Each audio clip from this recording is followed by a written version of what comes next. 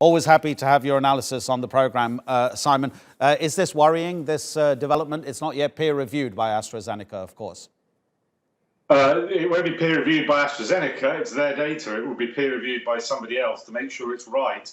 But I have to say, I don't think it's really much of a surprise, given what we know from other vaccine trials that were carried out in South Africa.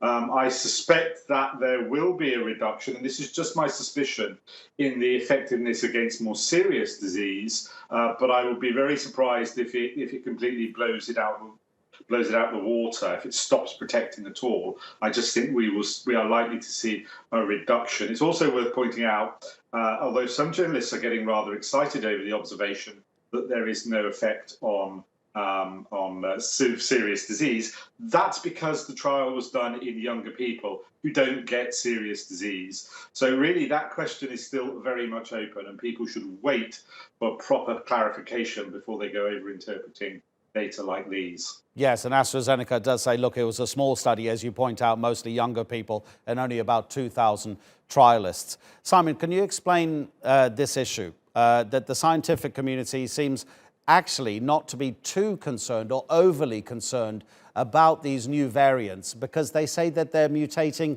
in a certain way? What is that certain way that gives them sort of cause to be more optimistic than possibly people like us, me, who don't know about mutations and about viruses in a professional way? We always expected them to mutate. That's just what viruses do. We would be more interested in it if it didn't mutate. So that's really why. And there is, at the moment, not strong evidence to suggest that the virus is becoming more lethal when it mutates. But that picture might change. I think really what's important with this whole picture of viral mutations is not to go for hot takes after a few itty-bitty bits of data and wait for better, more substantial studies to tell us what's going on. I know that some people want instant interpretation, but I'm afraid science doesn't work like that. Sure. Is there any way of predicting when these variants, the UK, the Brazil, the South African ones that are causing the most concern at the moment, may become the dominant variants across most of the world? Because at the moment we've got countries individually trying to manage incoming travelers because they're scared of these new variants coming into their territory. At what stage might it become the actual reality that most countries have these as their dominant coronavirus?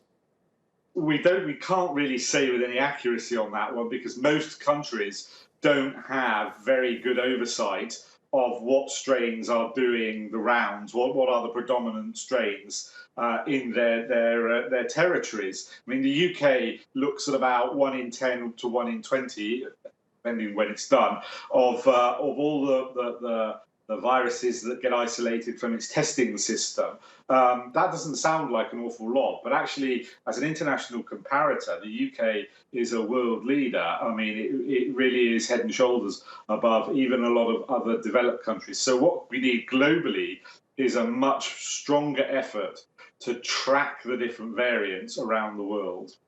Simon, thank you so much indeed. Really appreciate it, especially as you're giving up your time on a Sunday. Simon Clarke from the University of Reading.